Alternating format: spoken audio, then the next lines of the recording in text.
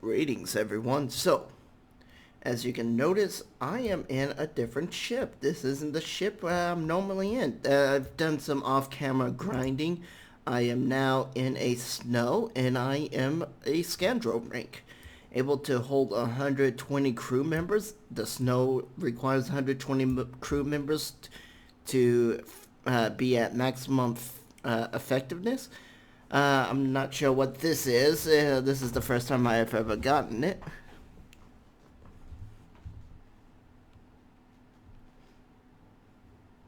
But we are also doing a Scandro level mission.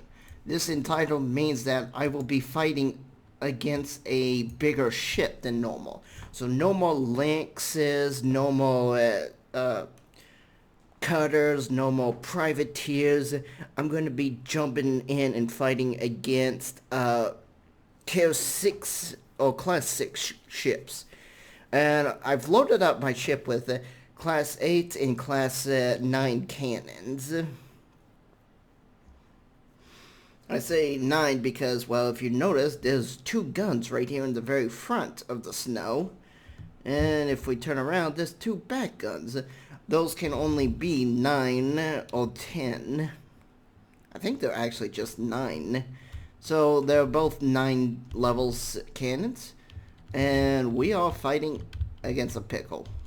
Okay, never mind.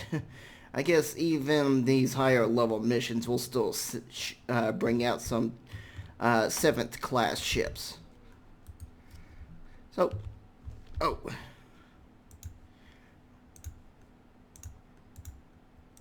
And of course,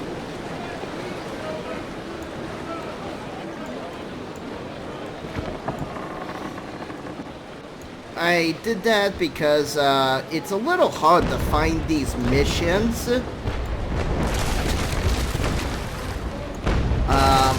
This unfortunately I think is going to be a very short battle because it's a Class 6 ship versus a Class 5 ship.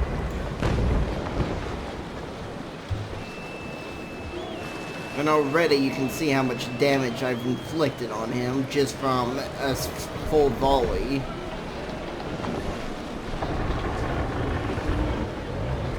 And the ship, it does have some upgrades.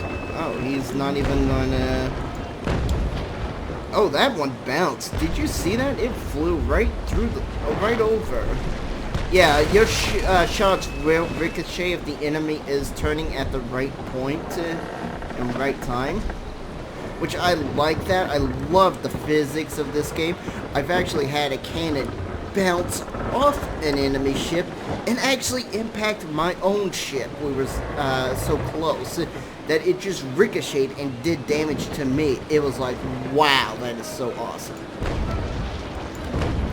Alright, so, you know, I am running out of things to say, and the gameplay is pretty interesting, but you also come here for some, you know,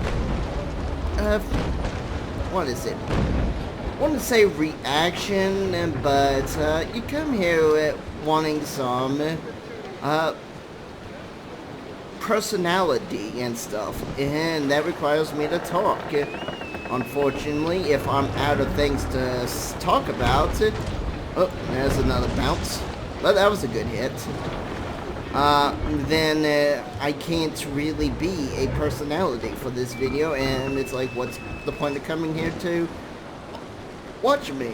So I'm thinking, you know, should I join the Anita Sarkeesian rant and hate? And for those who have been living under a rock, Anita Sarkeesian is a non-gamer, you know, guess those convention people would call her a fake gamer girl, which I think that term fits very well with her because she's admitted she hates video games, yet she wants to change the video games to be very feminazi friendly. And my view is on this, it's like, if you don't even like games, so why are you giving a care about what goes on in the gaming community? Do some extra shots here. Yeah, I did change my spyglass to, ooh, that hit the wave. Oh, that was another waves. I did change my spyglass to spaceball, so I could, ooh, bunch of terrible shots. Like I was saying before, the terrible shots distracted me. I switched the spacebar, the spyglass to spaceball, because it's a lot easier than trying to hit shift when you're constantly controlling a ship. Shift is is nice when you're hitting just the W button and your mouse is doing all the steering for you. But I have to constantly hit like D and F and that stuff, and it takes a little while. It's just awkward, I guess I would say. Not harder, but it's awkward. Nice turn, nice turn. So yeah, she's a feminazi who wants to change the gaming. Oh, and there was an armor block. That is something in the game that armor can just flat out absorb damage. And I'm showing off a lot of great mechanics in this one, and I'm trying to go on a little rant, trying to spice up the video, but the video's like, nah, we'll spice itself up by having great mechanics thrown at you. Yeah, so, okay, back to my little rant. She's a feminazi who's trying to destroy the gaming thing. She's going as far as jumping into United Nations and asking for games to be censored, if not banned. And under America's First Amendment, games are protected under the freedom of speech as a type of art style, art form. And that really means she has no right to be doing this, but she's trying to start off with European countries who might not value freedom of speech as much. And you might be thinking like, well, what's the big deal with this? Well, if they do get this banning of games, requiring that games to either be censored, and that sounded like it was an actual block from my end as well, to be censored or flat out not sold in said countries because it doesn't match the UN's requirements, which frankly I wish a lot of countries would just say, UN, fuck off. Most terrible organization ever. One of the biggest mistakes that we've made. But back to it, they're going to end up having a lot of missed cells. And the things that she's going to censor in European countries are things that European countries already openly accept. So, what are these things that are going to be open, that the Europeans will openly accept that she's going to be trying to remove? Nudity. So you're going to have, let's say, if these laws to pass, the company cannot sell, companies in Europe would not be able to sell stuff like Grand Theft Auto if there's a strip club or it shows girls in skimpy clothing and that stuff. So they would have to go and bring their Australian version of the game over to Europe.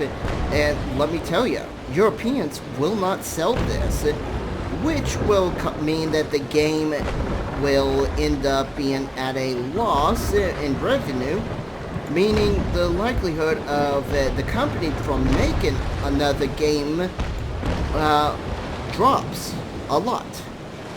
So yeah, any game, any major AAA franchise you might like, might be going bye-bye if laws like this passed. And if this happens and it works really well in Europe, it's only a matter of time before they actually start bringing this to the US and other countries like North America, actually, and Asia. It would be the death of the video game AAA market. Maybe even I wouldn't say the death of the industry, because the industry is strong and it would take a lot more to kill it, but it would stagnate for a long time.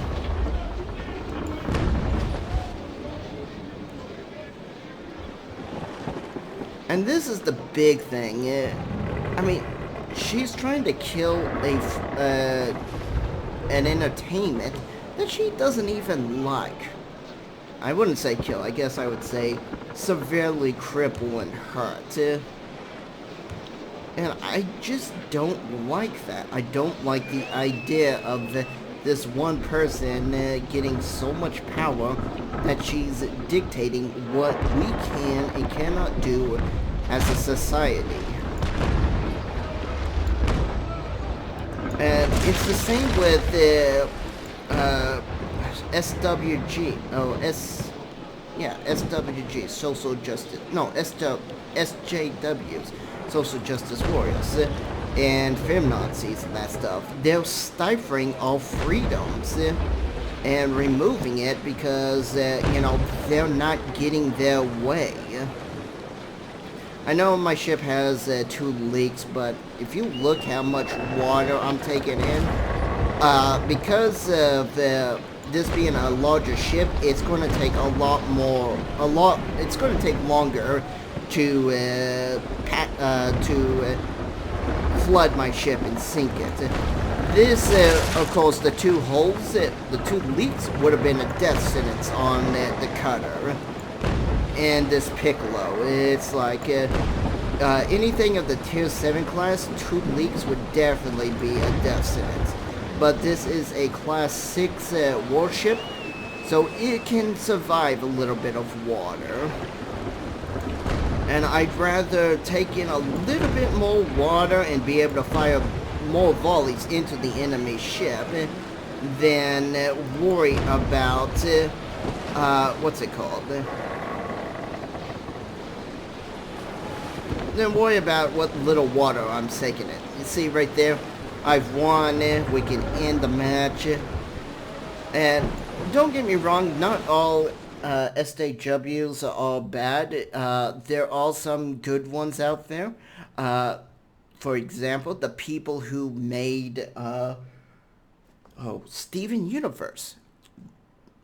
While I don't agree with the messages of Steven Universe, and I don't agree with SJW's ideology, I do have to like how they've decided to not enforce their ideology onto existing franchises. They went off and did their own thing. So I am now able to, do my own little thing, and they can do their own little thing, and we can both be happy. This is what I really want to see more of in the gaming industry and that stuff, is companies standing up and saying, Anisha Sarkisidy, kiss my ass. And I think part of the most disgusting aspect of this whole deal is Angry Joe, who in 2003 did defend her. Flat out attacked his own audience and defending her.